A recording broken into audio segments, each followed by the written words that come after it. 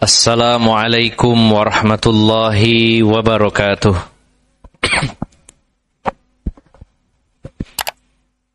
Innal hamdalillahi nahmaduhu wa nasta'inuhu wa nastaghfiruh wa na'udzu billahi min shururi anfusina wa min sayyiati a'malina. May yahdihillahu fala mudilla lahu wa may yudlil fala hadiyalah. Wa ashhadu an la ilaha illallah wahdahu la syarika lah. Wa ashhadu anna Muhammadan abduhu wa rasuluhu la nabiyya ba'dah. Allahumma salli wa sallim wa barik ala nabiyyina Muhammadin wa ala alihi wa sahbihi ajma'in. Ya ayyuhalladzina amanu taqullaha haqqa tuqatih wa la tamutunna illa wa antum muslimun. Ya ayyuhan nasu attaqu rabbakumul ladzi khalaqakum min nafsin wahidah wa khalaqa minha zawjaha wa batha minhuma rijalan katsiran wa nisaa'a wattaqullaha alladzi tasaaluna bihi wal arham innallaha kana 'alaikum raqiba. Ya ayyuhalladzina amanu taqullaha wa qulu qawlan sadida yuslih lakum a'malakum wa yaghfir lakum dhunubakum wa may yuti'illaha wa rasulahu faqad faza fawzan 'azima. Amma ba'd, fa inna asdaqal hadithi kitabullah wa khairal hadyi hadyu Muhammadin sallallahu alaihi wasallam wa syarrul umuri muhdatsatuha fa inna kulla muhdatsatin bid'ah wa kulla bid'atin dhalalah wa kulla dhalalatin finnar. Bapak-bapak dan ibu-ibu, saudara-saudari jamaah Musalla Al-Muhajirin yang dimuliakan Allah Subhanahu wa taala, dan kaum muslimin dan muslimat dimanapun yang pada malam hari ini ikut menyimak kajian di Musalla Al-Muhajirin ini, yang senantiasa semoga dimuliakan dan dirahmati Allah Subhanahu wa taala. Alhamdulillah, malam hari ini kita sangat bersyukur kepada Allah Subhanahu wa taala diberikan kemauan dan kemampuan untuk beramal saleh, dan ini merupakan sebuah anugerah yang sangat besar. Kita hadir ke tempat ini bukan dengan sendirinya, tapi atas pertolongan Allah Subhanahu wa taala, atas qudrah dan iradah Allah Subhanahu wa taala, dan atas takdir Allah Subhanahu wa taala. Maka kita sangat bersyukur kepadanya yang telah memilih di antara sekian banyak hambanya Allah untuk mendapatkan sebuah anugerah, dan ini merupakan rahmatun khasah, rahmat Allah yang bersifat khusus, yaitu seseorang yang diberikan kesempatan, diberikan kemampuan untuk beramal soleh. Mudah-mudahan kita diberikan keistiqomahan oleh Allah Subhanahu wa taala di atas hidayah, dan senantiasa istiqomah dalam ketaatan kepada Allah Subhanahu wa taala. Kita harus betul-betul serius meminta kepada Allah agar istiqomah, dan juga kita harus serius berupaya agar istiqomah. Selagi masih Allah berikan umur kepada kita, maka kemungkinan menyimpang, kemungkinan keluar dari garis Allah Subhanahu wa taala itu sangat besar.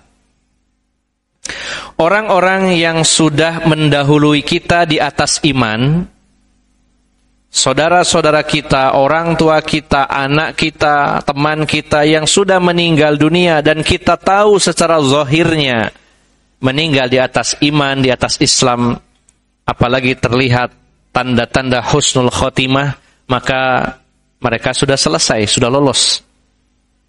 Sedangkan kita yang hingga detik ini masih diberi kehidupan, di satu sisi hidup adalah anugerah, umur adalah rezeki, tapi di sisi lain belum ada kepastian bagaimana akhir kehidupan kita. Padahal yang jadi ukuran dan barometer adalah yang terakhir. Sebagaimana Rasulullah telah menyatakan, innamal a'malu bi khawatimiha. Amal itu tergantung yang akhirnya bagaimana. Sehingga Bapak Ibu jamaah sekalian, kita tidak boleh terlalu cepat menyimpulkan seseorang, apalagi diri kita, bahwa kita pasti aman. Menyimpulkan kita bahwa kita akan meninggal di atas iman, belum tentu. Kalaupun hari ini ada seseorang atau bahkan kita sendiri sudah sholat 5 waktu berjamaah, rajin di majelis ilmu, rajin zikir, rajin sedekah, baca Quran, itu sekarang. Dan kita tidak bisa dan tidak boleh menyimpulkan bahwa akhir kehidupan kita seperti itu. Bukan kalau Rasulullah telah bersabda dalam hadis yang diriwayatkan Imam Ahmad. Beliau bersabda, ya, la alaikum alla ta'jabu li ahadin hatta tanzuru bima yukhtamu bih. Janganlah kalian itu merasa takjub, terpukau, terpesona dengan seseorang sampai kalian tunggu dulu akhir kehidupannya bagaimana. Bisa jadi kata Rasulullah, orang yang beramal dengan amalan ahli surga, lalu kita menilainya, wah orang ini kalau meninggal kemungkinan masuk surga. Belum tentu, kata beliau. Karena di sisa waktu, di sisa umur bisa berubah. Dan bisa jadi orang yang kita lihat, kita nilai dengan perbuatannya, dia melakukan amalan-amalan ahli neraka, lalu menyimpulkan bahwa orang ini kemungkinan masuk neraka. Belum tentu, bisa jadi di sisa waktu, di sisa umur dia berubah. Termasuk lebih-lebih diri kita. Jadi nun sewu Bapak Ibu jamaah sekalian, saya mengajak dan memberikan nasihat kepada diri saya pribadi khususnya, dan umumnya kepada Bapak Ibu, saudara-saudari sekalian semuanya. Kita jangan pernah merasa cukup dengan keadaan kita saat ini.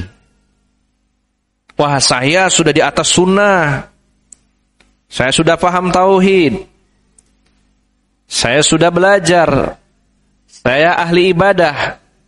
Ya, jangan pernah merasa cukup. Kita harus berupaya untuk menjadi lebih baik dari sekarang. Banyak hal Bapak Ibu jamaah sekalian yang harus kita perbaiki. Mungkin sholat kita, apakah 5 waktu semuanya sudah bisa khusyuk atau belum? Berapa persen kehusyuan kita selama sholat? Apakah sedekah yang kita berikan selama ini, ya, sudah pas di pos-pos yang memang sisi manfaatnya besar, sisi pahalanya besar, dan apakah juga ada unsur pahala sedekah jariyahnya atau tidak? Ataukah kita sudah sedekah dengan nominal yang perlu ditambahkan lagi? Kita perbaiki lagi. Belum yang lain-lainnya Bapak Ibu jamaah sekalian. Maka mudah-mudahan semangat kita untuk selalu tampil lebih baik. Semoga Allah berikan pertolongan, kita menjadi semakin baik, dan saat kita meninggal dunia, di saat kita menjadi versi yang terbaik diri kita di hadapan Allah Subhanahu wa ta'ala. Dengan meninggal di atas iman, di atas Islam, di atas tauhid, dan dalam keadaan husnul khatimah. Lebih utamanya lagi, semoga kita diberikan anugerah berupa asy-syahadah, yaitu mati syahid oleh Allah Subhanahu wa ta'ala, karena itulah puncaknya kebaikan seseorang ketika meninggal dunia. Bapak Ibu yang dimuliakan Allah Subhanahu wa ta'ala, kita akan lanjutkan kajian kitab Syarhul Aqidatil Wasitiyah, syarah kitab Al-Aqidah Al-Wasitiyah. 2 bulan kita vakum atau libur ngaji kitab ini, sehingga sedikit saya rangkum sesi sebelumnya supaya nyambung. Nah, Bapak Ibu yang dimuliakan Allah Subhanahu wa ta'ala, saya menegaskan kembali bahwa idealnya kita harusnya lebih mengenal Allah daripada istri kita. Lebih mengenal Allah daripada anak-anak kita. Lebih mengenal Allah daripada orang tua kita. Karena Allah yang kita sembah, Allah yang kita taati perintahnya, yang kita jauhi larangannya. Allah yang menjaga kita. Ya. Dan segala halnya bergantung kepada Allah. Tentu kita harus sangat mengenal Allah Subhanahu wa taala. Dan pengenalannya harus detail. Inilah rupanya yang banyak di antara kaum muslimin tidak terlalu peduli. Hanya mengenal namanya Allah. Ya, sekilas saja, tidak secara detail. Sementara kebanyakan orang, bahkan semua orang mengenal secara detail istrinya, suaminya, luar dalam itu Pak, bahkan anaknya, orang tuanya, begitu kenal baik panggilannya, gelarnya, sebutannya, sifat-sifatnya, apa yang disukainya, apa yang tidak disukainya, kita tahu semuanya. Sementara Allah tidak. Ini sangat ironis. Dan siapa yang ma'rifatullah, mengenal Allah ketika di dunianya, maka ketika di dunia dia diberikan selalu keteguhan oleh Allah Subhanahu wa taala. Dan siapa yang mengenal Allah Subhanahu wa taala saat meninggal dunia, saat sakratul maut, diteguhkan, ditenangkan oleh Allah Subhanahu wa taala. Dan siapa yang mengenal Allah akan diteguhkan di alam kubur. Alangkah bahagianya kalau kita sudah lolos, kita sangat mengenal Allah waktu hidup ini, sehingga di dunia ini kita juga memiliki kemantapan, kekokohan dalam akidah, ketenangan yang luar biasa, karena ikatan yang kuat dan pengenalan kepada Allah. Di hari yang paling mengguncang, yaitu kita ketika kedatangan malakul maut, berbagai tampilan muncul, ya, rasa khawatir, rasa sedih, rasa takut, semuanya bercampur aduk. Rasa malu ada juga. Di saat itu kalau kita mengenal Allah sebelumnya, Allah akan berikan ketenangan. Begitu pula di alam kubur. Saat sendirian, tidak ada yang bantu. Tapi ketika kita menjadi seseorang yang mengenal Allah secara mendalam, begitu tenang di alam kubur. Mantap. Ditanya malaikat munkar dan nakir juga tenang sekali, tegas. Dalam semua sesi di alam akhirat, ketika seseorang itu mengenal Rabb-nya, dia akan tenang. Bagaimana tidak Allah penguasa langit dan bumi, Allah menguasai dunia dan akhirat. Kita berjalan menuju kepadanya dan kita mengenalnya, akan Allah lindungi terus, Allah jaga terus, Allah berikan kebaikan terus sepanjang perjalanan kita. Apa Anda ingin Pak, Ibu sekalian, kita ini menjalani hidup dengan penuh ketenangan. Di dunia tenang, saat meninggal tenang, di alam kubur tenang, di padang mahsyar tenang, saat dibangkitkan dan tenang. Ketika akan dihisab, akan ditimbang amal kita, akan melewati jembatan sirat, semuanya dalam keadaan tenang, mantap, nyantai. Kenapa? Karena mengenal Allah Subhanahu wa taala. Dan itu di semua sesi Bapak Ibu jamaah sekalian. Bahkan ketika seseorang ditimbang di mizan Allah Subhanahu wa taala, ditimbang amal baik dan buruknya, ada beberapa pendapat ulama. Yang ditimbang itu apanya? Maka yang pertama pendapatnya menyatakan bahwa yang ditimbang itu adalah catatannya. Catatan kebaikannya kalau banyak, berlembar-lembar banyak, catatan keburukannya sedikit. Berarti yang lebih berat yang banyak. Itu satu pendapat begitu. Jadi catatannya yang ditimbang. Sebagian ulama menyatakan bahwa yang ditimbang itu amalnya yang diwujudkan sesuatu yang bisa ditimbang. Dan ini bagi Allah mudah. Bahkan sebagian lagi berpendapat yang ditimbang itu orangnya, badannya, ya, dengan ada penakarnya dan sebagainya. Ini. Maka salah satu perkara yang akan sangat memberatkan timbangan seseorang kebaikannya Yaitu ada yang disebutkan dalam hadis sahih yang bernama bitokoh, kartu. Kartu yang Allah lemparkan ke mizan, ditempatkan di neraca sisi kebaikan. Hanya sebuah kartu, dan itu bobotnya luar biasa. Dan di situ tertulis La ilaha illallah. Kalimat itu tauhid. Nah, maka Bapak Ibu jamaah sekalian, mari kita semangat untuk belajar lebih mengenal Allah Subhanahu wa taala, dan yang paling utama di antara sekian poin untuk mengenal Allah adalah dengan cara mengenal, mengetahui, mengilmui, memahami sifat-sifat Allah Subhanahu wa taala. Termasuk tentunya di dalamnya adalah nama-nama. Ya. Setelah mengilmui, memahaminya, menghadirkannya dalam setiap doa kita dan menghadirkannya dalam setiap momen kehidupan kita. Nanti insya Allah kalau kita sudah mulai membahas satu persatu tentang sifat Allah, satu sifat saja, itu luar biasa dampaknya, efeknya dalam kehidupan kita.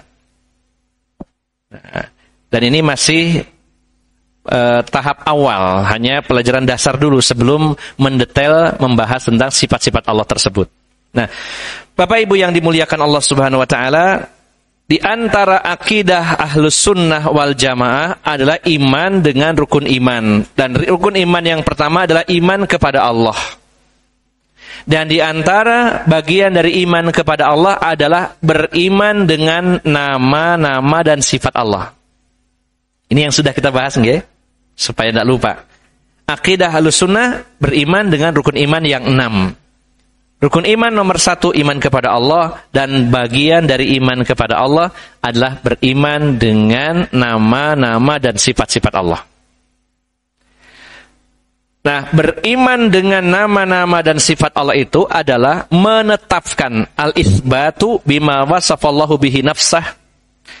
Ini yang sudah kita bahas. Beriman dengan nama atau dengan sifat-sifat Allah itu adalah menetapkan sifat-sifat Allah yang sudah Allah sebutkan untuk dirinya, menetapkan sifat Allah yang Allah sebutkan, yang Allah tetapkan. Karena kalau kita tidak diberitahu oleh Allah, kita juga nggak tahu nama Allah itu siapa saja, sifatnya bagaimana. Maka yang kita tetapkan dari sifat Allah adalah apa yang Allah telah ajarkan, Allah sampaikan. Apakah itu di dalam kitab suci Al-Quran atau melalui lisan Rasulullah SAW dalam hadis-hadis yang sahih. Nah, ini pelajaran yang terakhir. Kita sudah membahasnya. Dan menetapkan sifat Allah dengan sabda Rasulullah atau dengan hadis Rasulullah, ada yang sifatnya qauliyah, fi'liyah, dan ikrar atau takrir. Maksudnya ketika Rasulullah menetapkan sifat Allah, ada kalanya dengan ucapan. Contohnya dalam doa-doa Rasulullah SAW.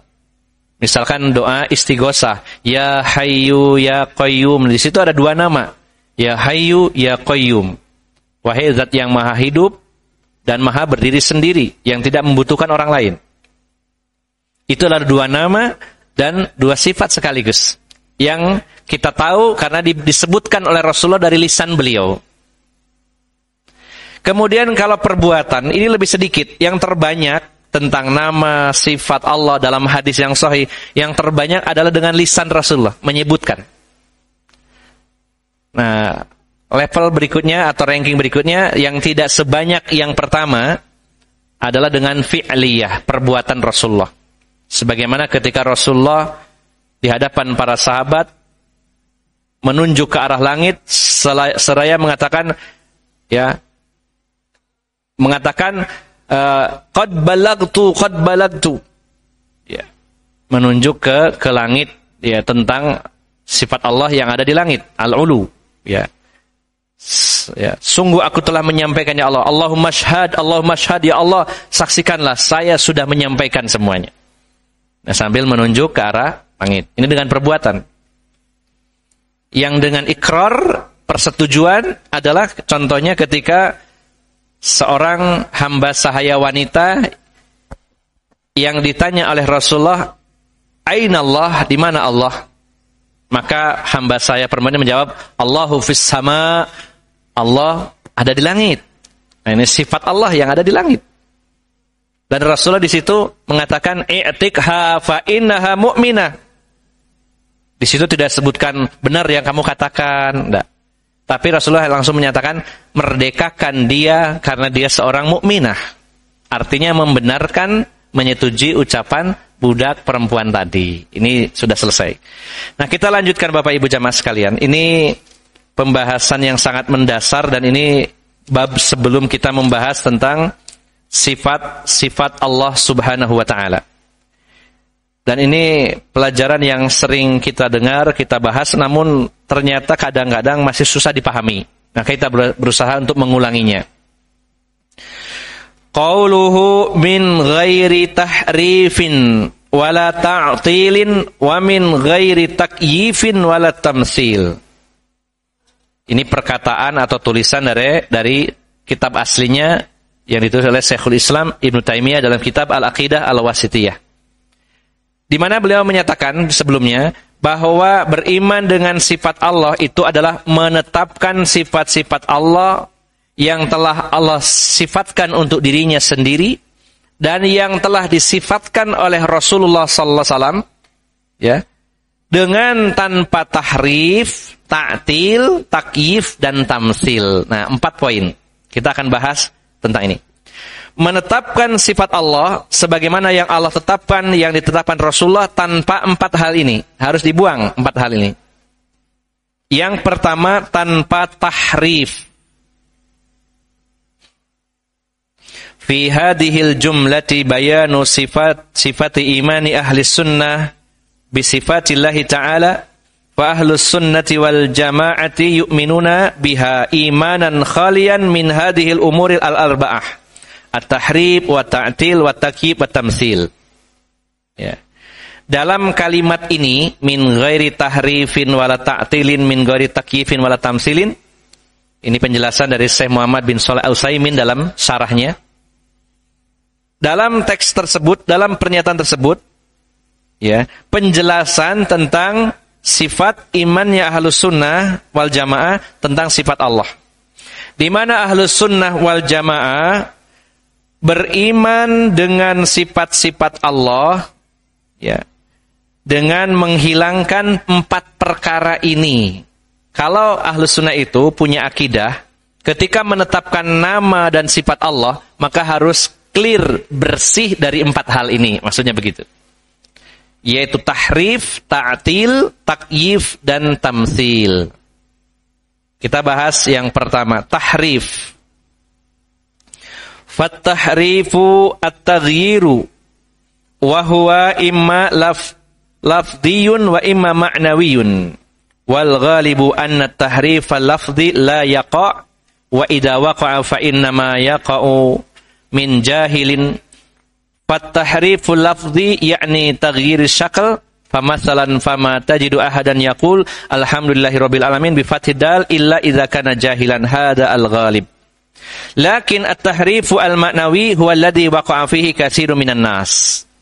Yang pertama, Bapak Ibu jamaah sekalian, menetapkan sifat Allah itu jangan ditahrif. Apa tahrif itu? Artinya taghyir, dirubah-rubah. Allah sudah menetapkan, Rasulullah menetapkan, dirubah sifat tersebut atau nama tersebut. Nah, merubah itu ada kalanya lafadznya, teksnya, ya. Ada kalanya dirubah adalah maknanya, maksudnya. Saya ulangi Pak ya. Merubah itu yang dimaksud di sini bisa lafadznya, teksnya, kata-katanya. Bisa juga maknanya, kata-katanya tetap, teksnya tetap, tapi dirubah maksudnya. Namun Bapak Ibu jamaah sekalian, yang umum istilah tahrif itu yang dirubah adalah maknanya. Kalau lafad itu tidak umum. Ya, orang kaum muslimin merubah lafad baik Al-Qur'an atau hadis itu hanya dilakukan orang-orang bodoh. Tapi yang justru menjadi akidah sebagian kaum muslimin adalah merubah maknanya, maksud dari nama dan sifat itu yang banyak. Ya. Karena untuk merubah ayat, merubah hadis ini tidak mudah Bapak Ibu jamaah sekalian. Ya. Al-Quran itu jangankan dirubah satu ayat, dirubah harokatnya saja ketahuan, Pak. Ya. Bayangkan, bagaimana akan merubah teksnya, sementara jangankan ayat, ya, harokatnya saja ketika dirubah, karena maknanya akan sangat jauh sehingga ketahuan. Apalagi berapa ya para hufadul Quran, orang-orang yang hafal Quran. Bagaimana orang-orang Jahmiyah dan juga diikuti Mu'tazilah demi membenarkan akidah mereka, di mana akidah mereka adalah, nanti akan kita bahas, membuang sifat Allah, sampai ayat itu dirubah harokatnya supaya mendukung pendapat mereka. Contohnya ayat yang berbunyi wa kallamallahu Musa taklima. Wa kallama lan wis ngomong. Nah. Allahu sapa Allahu Allah. Di sini fa'il pakai domah di rofa. Wa kallamallahu Musa taklima. Ya, dan sudah berbicara siapa Allah? Allah yang berbicara adalah Allah. Musa kepada Nabi Musa takliman dengan sebenar-benar pembicaraan. Allah sudah ngomong kepada Nabi Musa dengan sebenar-benar omongan. Dirubah harokatnya wa kallamallaha Musa taklima. Wa kallama lan wis ngomong Allah marang Allah, ya, kepada Allah, karena sebagai objek pakai fathah dinasab. Dan telah berbicara Musa kepada Allah dengan sebenar-benar pembicaraan. Yang berbicara Musa hanya merubah harokat, Pak, artinya sudah jauh. Yang pertama yang benar pakai doma. Dan Allah telah berbicara kepada Nabi Musa dengan benar-benar pembicaraan. Diganti menjadi dan Musa telah berbicara kepada Allah. Yang berbicara Nabi Musa. Nah, ini contoh. Ya.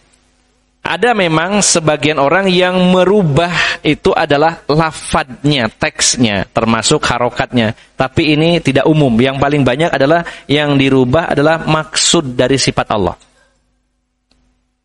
Seperti gampangannya yadullah, tangan Allah. Bukan yang dirubah teksnya. Yad tetap yad, tangan. Tapi yang dirubah adalah maksudnya. Bukan tangan, tapi kekuatan atau kekuasaan Allah. Nah, itu contohnya merubah makna.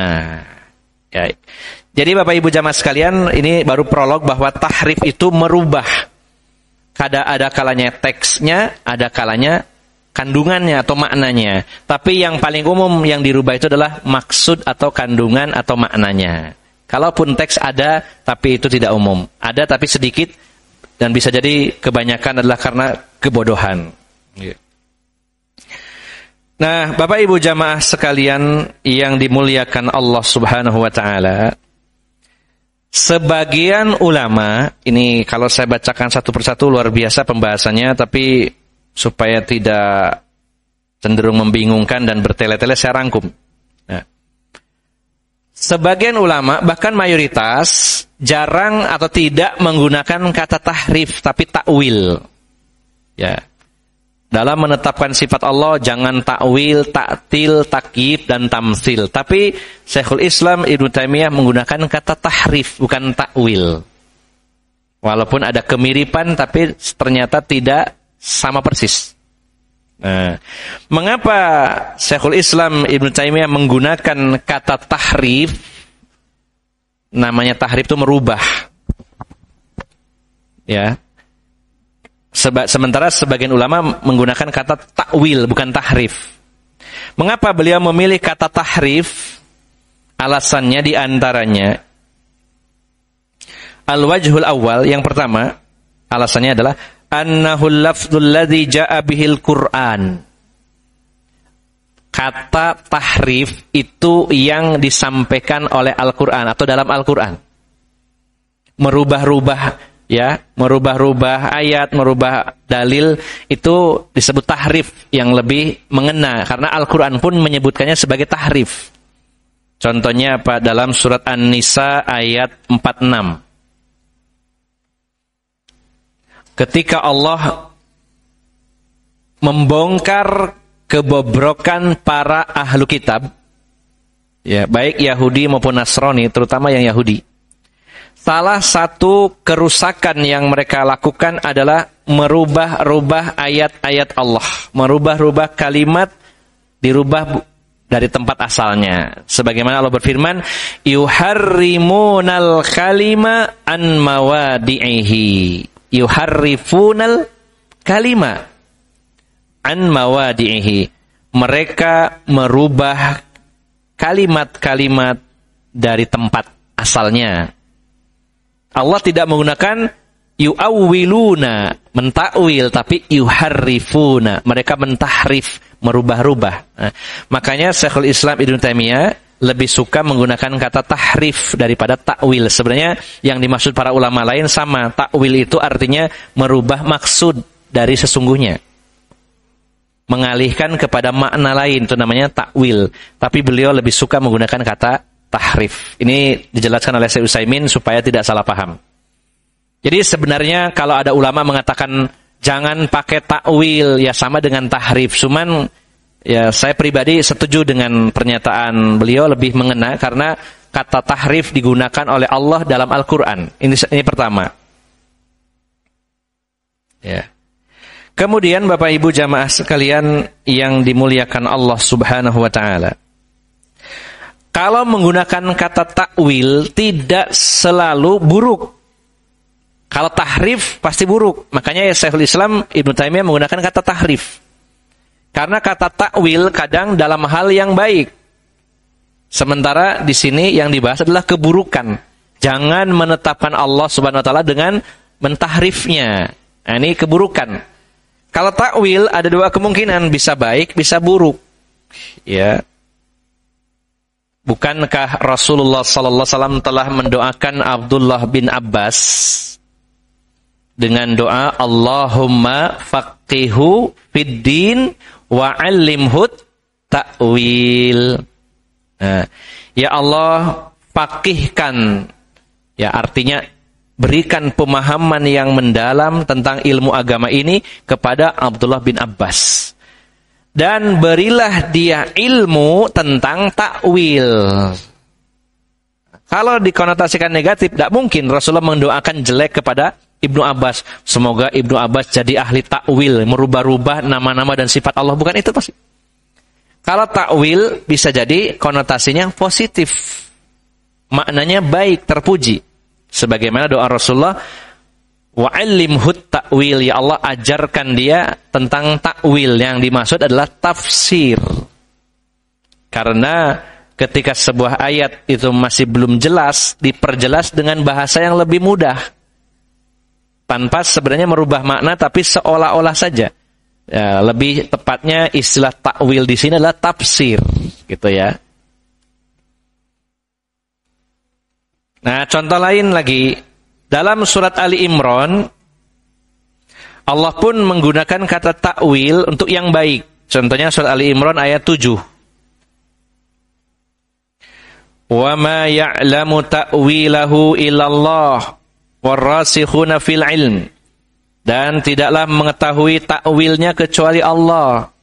Dan orang-orang yang mendalam dalam ilmu agamanya tentang ilmu ini warrasikh. Nah, ini juga Allah menggunakan takwil. Jadi Bapak Ibu jamaah sekalian, jadi poin berikutnya ini sangat mendasar sebenarnya ya. Sebuah apa ya? Sangat teoritis sekali tapi penting.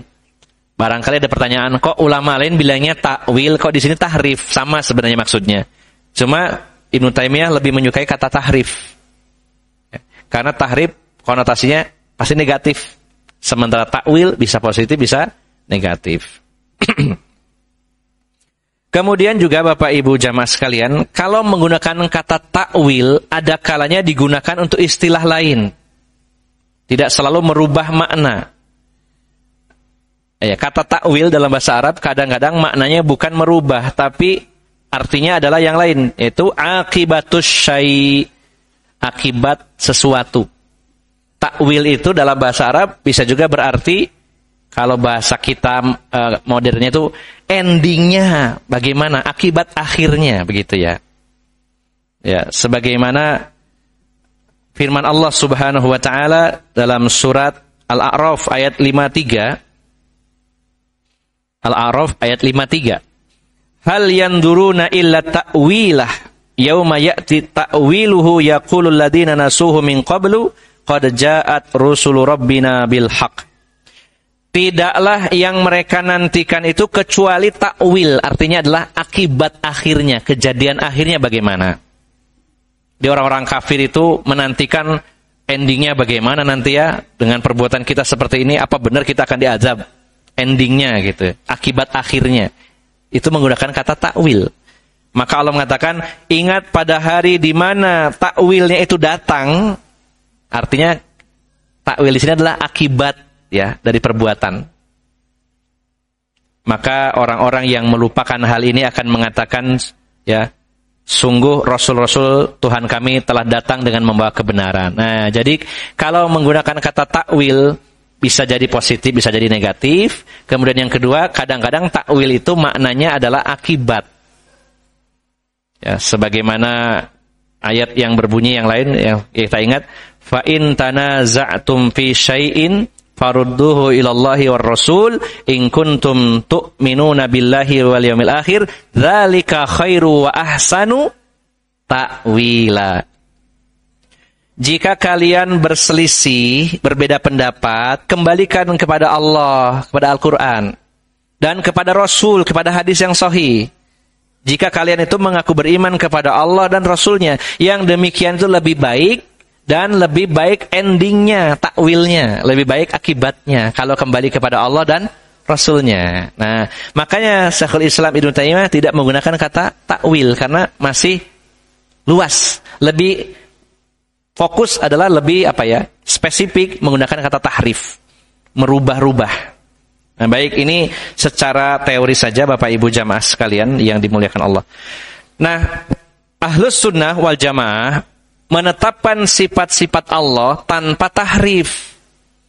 Ya, artinya merubah-rubah baik lafadznya, teksnya ataupun maknanya, yang banyak adalah merubah maknanya. Sikap Ahlus Sunnah adalah menerima apa adanya. Nggak perlu dialihkan kepada makna lain ketika tidak ada dalil yang mengalihkannya. Dan ini Bapak Ibu jamaah sekalian sebenarnya sebuah ilmu yang mudah harusnya sebenarnya, tapi orang mempersulit. Allah mengatakan Ar-Rahmanu 'alal arsyistawa, Allah yang Maha Pengasih bersemayam di atas aras. Itu informasi dari Allah. Di utak-atik gitu Pak, bersemayam itu kayaknya bukan. Kalau bersemayam seperti makhluk. Kalau bersemayam terus posisinya bagaimana dan sebagainya. Ada lagi yang sebagian menolak Allah nggak mungkin bersemayam dan lain-lain. Ahlus Sunnah ketika mendapat informasi dari Allah sendiri, ya kita juga nggak tahu kalau nggak diberitahu oleh Allah. Allah sendiri mengatakan yang Maha Pengasih Ar-Rahmanu 'alal arsyistawa, di atas arasnya bersemayam. Ya sudah, kita yakini. Kita terima. Wah, kayaknya kalau bersemayam seperti makhluk, harus digantilah maknanya yang lain dong, yang cocok dengan Allah, begitu. Sama juga dengan, masa Allah punya tangan? Kalau punya tangan kayak makhluk dong. Coba diganti yang lain supaya pantas gitu ya, nggak seperti untuk Allah. Digantilah dengan tangan itu adalah kekuasaan. Dan tidak ada dalil yang mengarahkan begitu. Jadi mempersulit diri sendiri. Padahal kita sebagai Ahlus Sunnah wal Jamaah terima apa adanya dan maknai secara teks aslinya. Kecuali ada ayat, ada hadis yang memalingkan dari aslinya. Seperti ini sering saya ulang bahwa kalau kita mendengar kata-kata seseorang, ya kita pahaminya secara asalnya saja. Tidak perlu ditafsirkan terlalu jauh. Yang mudahnya seperti ini yang sering saya sebutkan. Kalau saya menyampaikan kepada Bapak Ibu, Pak, Ibu, tadi saya di jalan melihat bunga. Kan awalnya gampang tuh bunga, ya sudah selesai. Jenengan nggak akan banyak tanya, bunga. Paling minimal pertanyaannya, bunga apa Ustaz? Apa melati, apa mawar? Gitu. Tapi kan udah arahnya ke bunga, kembang. Tidak sulit. Ya udah diterima apa adanya. Kecuali kalau saya menjelaskan lebih detail, yang dimaksud bukan bunga itu. Nah, saya nggak menjelaskan detail, ya dihukumnya ya asalnya bunga itu ya bunga. Kecuali kalau saya bilang, tadi di jalan ke sini saya melihat bunga desa. Nah, kan pasti panjenengan membayangkannya seorang wanita, bukan bunga kembang. Ketika saya nggak mengatakan bunga desa, hanya bunga, berarti kita nilai teksnya saja, dan itu mudah. Allah mengatakan, yadullah fauqa aidihim. Tangan Allah di atas tangan mereka. Ya. Sudah ya, tangan Allah, kata Allah, Allah punya tangan, ya punya tangan. Mau diarahkan kemana? Karena ketika seseorang itu mentakwil, dia akan bingung mencari takwilnya. Ditakwilkan apa? Coba ketika Allah itu tertawa, takwilnya apa? Ingin bertanya. Ada yang tahu? Allah tersenyum, Allah tertawa. Itu ada dalam hadis sahih. Hadis sahih tentang orang yang terakhir masuk surga, terakhir diangkat dari neraka. Ketika diangkat dari neraka, kemudian ya dimandikan di Nahrul Hayah, sungai kehidupan yang sudah gosong nggak karu-karuan gitu ya, diobongin neraka, pulih kembali. Terus orang ini memandang dari kejauhan, itu surga di situ kayaknya, ya Allah, tolong dekatkanlah saya ke sana. Nggak usah masuk, deket saja. Saya nggak akan minta yang lainnya. Ngomongnya nggak minta yang lainnya. Digeser sama Allah agak dekat. Semakin kelihatan jelas, enak ya sana. Ya Allah, saya minta tolong didekatkan di pintunya saja. Saya nggak akan minta yang lain. Ya, dituruti sama Allah. Deket pintunya tambah kelihatan enak nang jero. Ya Allah, minta saya dimasukkan ke dalam. Padahal dia bilang nggak akan minta yang lain. Dimasukkan oleh Allah dan Allah tertawa. Itu ada dalam hadis yang sahih. Coba tanyakan kepada orang yang suka tahrif atau istilahnya takwil. Kira-kira Allah tertawa apakah sama dengan makhluk? Kalau memang sama, terus takwilnya apa? Bingung saya sendiri ya. Takwil dari tertawa apa? Kira-kira. Itu susah. Terjebak dengan akidahnya sendiri. Jadi Ahlus Sunnah menetapkan sifat Allah, terima apa adanya. Kecuali kalau ada ayat, ada hadis yang mendetailkan maksudnya ini. Kalau tidak ada, ya sudah terima itu apa adanya. Nah, begitu. Ini yang dimaksud tanpa tahrif. Tidak ada tahrif. Mengalihkan ke makna lain. Terima apa adanya. Ya. Kemudian Bapak Ibu jamaah sekalian yang dimuliakan Allah Subhanahu wa taala. Nah, kalaupun mentakwil, kalau ada dalilnya, boleh. Ini ada contoh di sini. Maksudnya itu menggeser ke makna sebenarnya. Kalau ada dalil lain, maka bisa, boleh, silakan. Jadi kalau ada orang, wah sampeanku wong-wong ngaku sunnah itu gak gelem takwil, padahal takwil itu ada. Kita jawab, oh iya ada. Yang penting ada dalilnya. Kalau nggak ada dalilnya, kita nggak beri takwil. Ya. Contohnya begini, misalkan ya.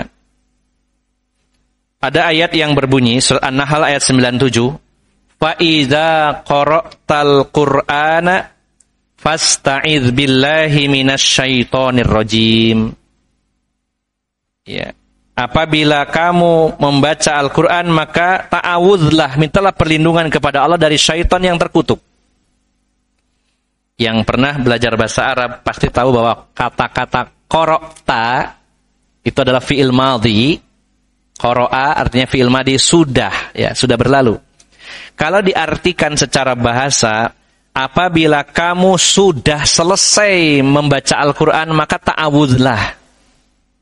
Ya, itu teksnya begitu, Pak. Kalau teks ayatnya, apabila kamu sudah membaca Al-Qur'an, karena fi'il madhi, maka berta'awudzlah. Nah, pertanyaan saya, kalau Nabi itu baca ta'awudnya sebelum atau setelah, Pak? Sebelum. Termasuk ketika sholat, kita termasuk sunnah-sunnah sholat dalam kitab Al-Wajiz dijelaskan sunnah sholat diantaranya adalah ta'awudz. Sebelum Al-Fatihah. Bukan waladhdallin amin a'udzubillahi minasyaitonirrajim, enggak ada. Setelahnya. Padahal teksnya ayat berbunyi jika kamu sudah qara'tal Qur'an. Jika kamu sudah membaca Al-Qur'an maka ta'awudzlah. Tapi karena ada dalil di mana hadis yang mencontohkan Rasul itu memulai sebelum membaca, maka bisa kita takwilkan bahwa yang dimaksud ayat ini adalah apabila akan membaca. Bahkan ini jauh sekali takwilnya. Tapi kan ada dalilnya, ada contoh dari Rasulullah sallallahu alaihi wasallam. Nah, kemudian contoh lain, wa kadzalika qaulu Anas bin Malik. Perkataan Anas bin Malik, kana an-nabiyyu sallallahu alaihi wasallam idza dakhala al-khala qala a'udzu billahi minal khubuthi wal khaba'ith. Kata Anas bin Malik, apabila Rasulullah masuk toilet, ya, kamar mandi, WC, maka beliau berdoa membaca a'udzu billahi minal khubuthi wal khaba'ith. Kalimat idza dakhala, dakhala ini fi'il madi, apabila sudah masuk. Sudah masuk. Tapi apakah Rasulullah membacanya setelah masuk ke WC dulu baru berdoa atau sebelum masuk? Sebelum masuk. Ini juga teksnya dengan maknanya berbeda. Boleh. Yang dimaksud di sini bukan ketika setelah masuk. Malah di dalam nggak boleh baca ini. Menyebut lafaz Allah di WC. Ya. Maka karena contoh Rasulullah, beliau membacanya di depan pintunya sebelum masuk. Nah, ini namanya takwil, dialihkan maknanya, bahkan seolah-olah berlawanan. Setelah dan sebelum itu kan berlawanan, Pak. Tapi boleh, karena ada dalil. Yaitu dalilnya apa? Contoh Rasulullah sallallahu alaihi wasallam. Jadi Bapak Ibu jamaah sekalian yang dimuliakan Allah Subhanahu wa taala, kesimpulan poin pertama, ketika Allah Subhanahu wa taala menetapkan sifat-sifatnya dirinya sendiri di dalam Al-Qur'an, dan ketika Rasulullah menetapkan sifat-sifat Allah dalam hadis yang sahih, kita terima apa adanya tanpa merubah teks maupun maknanya selama tidak ada dalil. Kita terima aslinya. Adapun mentakwil, mengalihkan kepada makna lain, itu dibolehkan jika memang ada dalilnya, seperti contoh yang saya sebutkan tadi. Adapun sifat-sifat Allah di sana yang kami ketahui dari kitab-kitab tauhid, kitab-kitab tentang sifat Allah, tidak ada takwil-takwil kecuali akidahnya Maturidiyah dan juga Asy'ariyah, di antaranya itu ya. Pembahasan tentang tahrif sudah clear, sudah selesai, bahwa hal tersebut jangan sampai kita lakukan. Sudah menetapkan nama-nama dan sifat Allah berdasarkan Al-Quran dan hadis yang sahih, kita tetapkan saja apa adanya, tanpa merubah teksnya atau lafaz maupun maknanya. Dan juga yang berikutnya, wala ta'til, dan juga tidak melakukan ta'til. At-ta'tilu bimakna at-takhliyatu wat-tarku, kaqaulihi ta'ala wa bi'rim mu'attalah, Al-Hajj ayat 45, ay mukhalatun matrukah. Ta'til itu maknanya adalah takhliyah, artinya membuang, meniadakan, ya, meninggalkan, membuang, meniadakan, ya, dan meninggalkan. Sebagaimana firman Allah dalam surat Al-Hajj ayat 5, ayat 45, bi'rin mu'attalah. Bi'r artinya sumur, mu'attalah yang ditinggalkan, yang dibuang, tidak dipakai. Ya. Wal muradu bit-ta'til, yang dimaksud dengan ta'til, dan ini dilarang dan bukan akidah Ahlus Sunnah. Yang dimaksud ta'til adalah inkaru ma athbatallahu li nafsihi minal asma'i was sifati sawa'un kana kulliyan aw juz'iyan wa sawa'un kana dzalika bitahrifin aw bijuhudin, hadza kulluhu yusamma ta'tilan. Yang dimaksud ta'til dan bukan akidah Ahlus Sunnah ini adalah mengingkari apa yang Allah tetapkan untuk dirinya. Mengingkari apa yang Allah tetapkan untuk dirinya dari nama-nama dan sifat-sifat. Apakah diingkarinya itu sebagian atau semuanya? Ya. Baik itu mengingkarinya dengan tahrif, ya, atau dengan memang ingkar, menolak, ya. Maka semuanya disebut ta'til. Jadi Bapak Ibu jamaah sekalian, ta'til itu artinya nama-nama dan sifat-sifat Allah yang Allah jelaskan dalam Al-Quran dan Rasulullah jelaskan dalam hadis-hadis yang sahih, semuanya itu nggak dianggap, nggak ada, dibuang semuanya. Ada yang membuang semuanya, ada yang membuang sebagiannya. Ya. Kalau membuang semuanya, contohnya akidah, yaitu Mu'tazilah. Seluruh nama dan sifat Allah semuanya dibuang. Allah tidak punya nama, tidak punya sifat. Kalau sebagian, contohnya akidah Asy'ariyah, menetapkan sifat 13, yang sisanya dibuang, tidak ada di situ. Semua yang sisanya ditakwil, begitu ya. Nah, ini namanya ta'til, membuang. Nah, ada kalanya membuang di sini itu dengan cara tahrif, dengan cara yang pertama. Maksudnya bagaimana? Ketika ada teks ayat atau hadis menjelaskan sifat Allah, ya, dia alihkan kepada makna lain, berarti yang makna aslinya dibuang. Gitu ya maksudnya. Misalkan begini, yadullah, tangan Allah. Mereka tahrif, diganti dengan kekuasaan Allah. Berarti tangannya kemana? Ya dibuang sifat itu. Sifat tangan itu dibuang oleh mereka. Nah, ini maksud dengan tahrif. Jadi ada kaitannya antara ta'til dengan tahrif. Maksudnya adalah tahrif itu salah satu cara untuk membuang. Jelas sekali. Ketika mengalihkan ke makna lain berarti yang aslinya yang dipakai, dibuang. Jadi ketika orang itu melakukan ta'til, pembuangan, dibuang, ada kalanya dengan cara tahrif, dialihkan maknanya dulu, yang aslinya dibuang. Begitu. Atau karena juhud, yaitu ada memang menolak, tidak percaya dengan nama-nama dan sifat-sifat Allah. Maka ini semuanya disebut ta'til. Fa ahlus sunnati wal jama'ati la yu'attiluna ay ismun min asma'illah au ay sifatun min sifatillah. Wa la yajhadunaha bal yuqirruna biha iqraran kamilan. Maka ahlus sunnah wal jamaah tidak melakukan ta'til, membuang baik sebagian atau semuanya, baik itu nama maupun sifat-sifat Allah, dan juga tidak mengingkarinya sama sekali. Bahkan justru ahlus sunnah menetapkannya dengan penetapan yang sempurna, diterima semuanya. Bagaimana bisa kita akan membuang ayat, membuang hadis? Ya, tidak mungkin. Nah, Bapak Ibu jamaah sekalian yang dimuliakan Allah Subhanahu wa taala, ya. Kalau tahrif, ya tahrif itu tadi merubah ke makna lain, ya, yang paling umum ya, atau teksnya yang dirubah.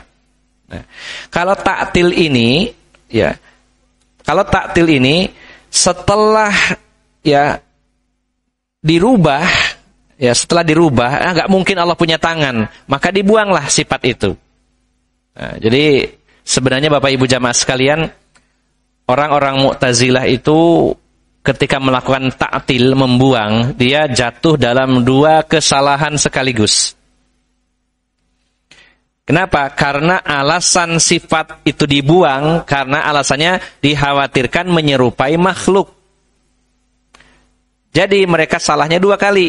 Ketika Allah berfirman, yadullah, tangan Allah, wajah Allah, betis Allah.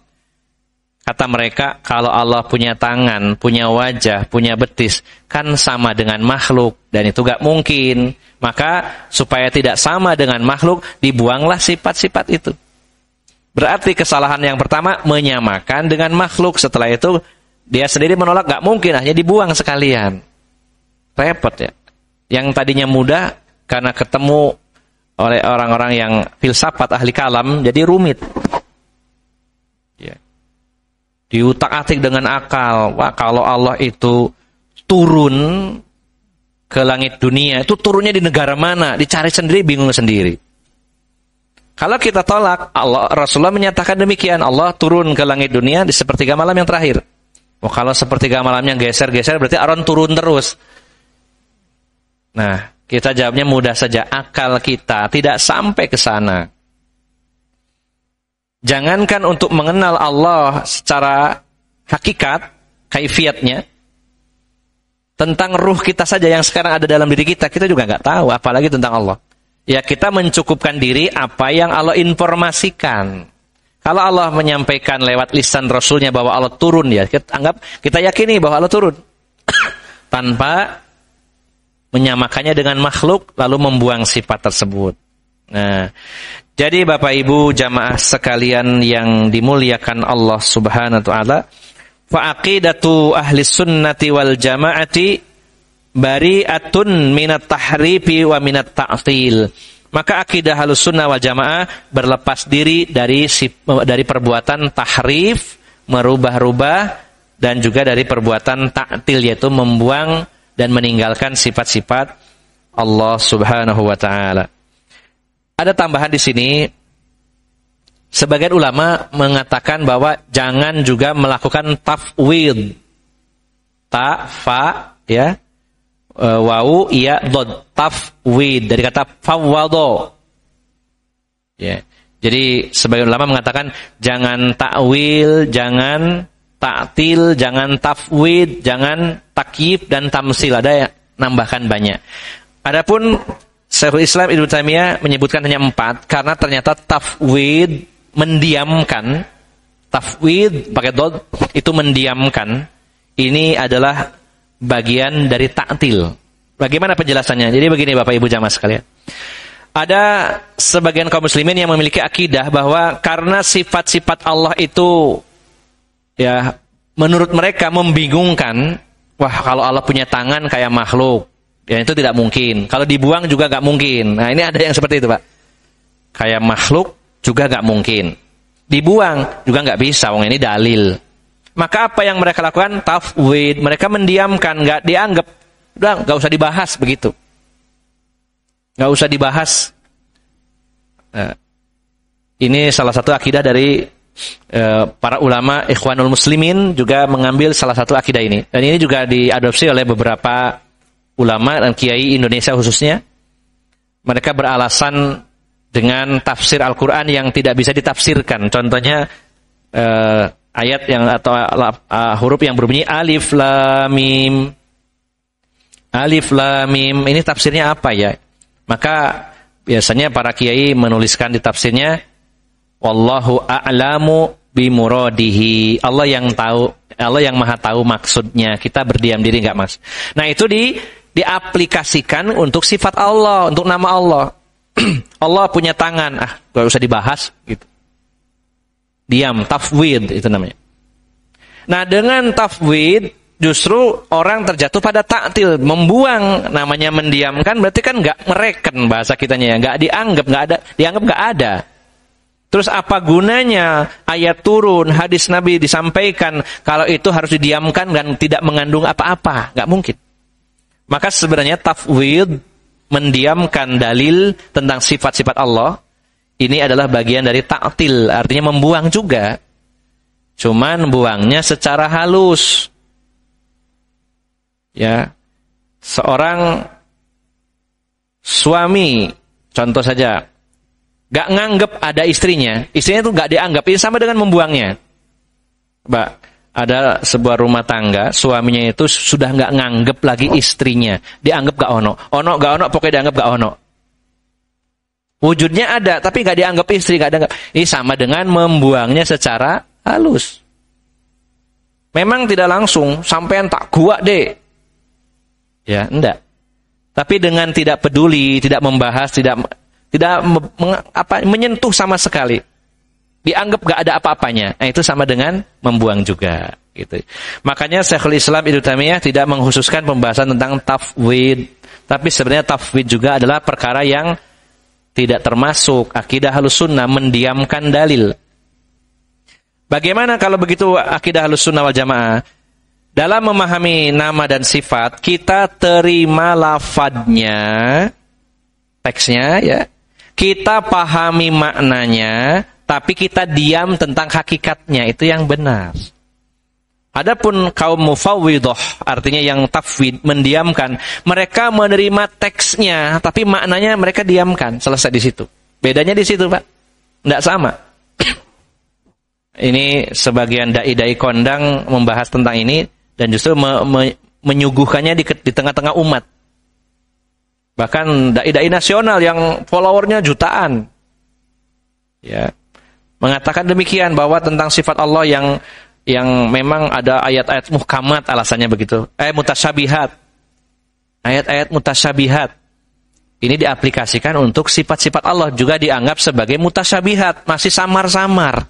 Padahal dulu Rasulullah dan para sahabat jelas, gamblang, mudah memahami nama dan sifat Allah. Ya. Kalau mutasyabihat memang tadi alif lam mim, alif lam ra, itu memang kita juga nggak tahu apa maksudnya kalau nggak dijelaskan oleh Allah dan Rasulnya.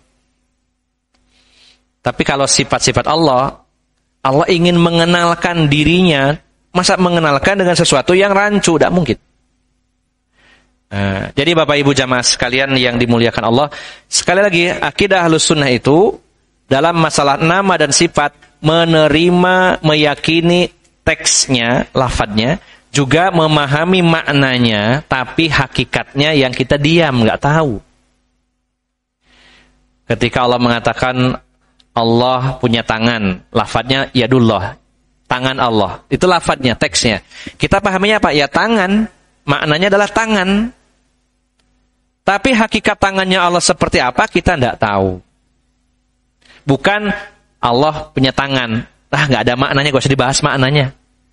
Itu nggak ada maknanya itu. Daripada salah nanti ditinggalkan aja. Sama dengan membuang itu namanya. Nah, inilah Bapak Ibu jamaah sekalian, ternyata memang perlu dijabarkan lebih detail.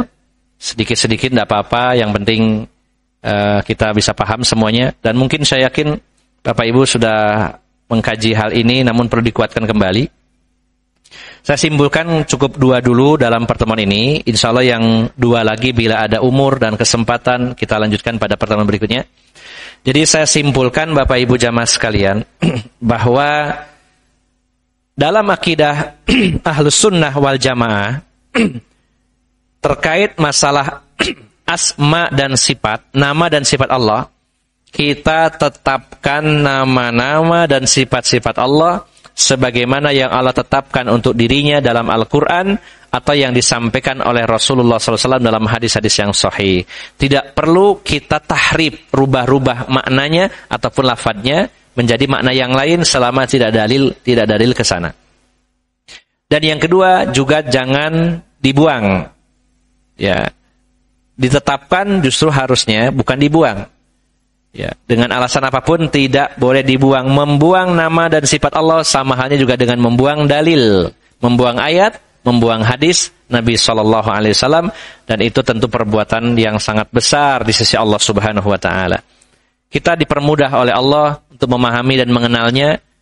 Kita terima apa adanya nama-nama dan sifat-sifat Allah dan memahaminya sesuai teksnya, dan kita menyerahkan tentang hakikatnya kepada Allah, kita juga tidak tahu.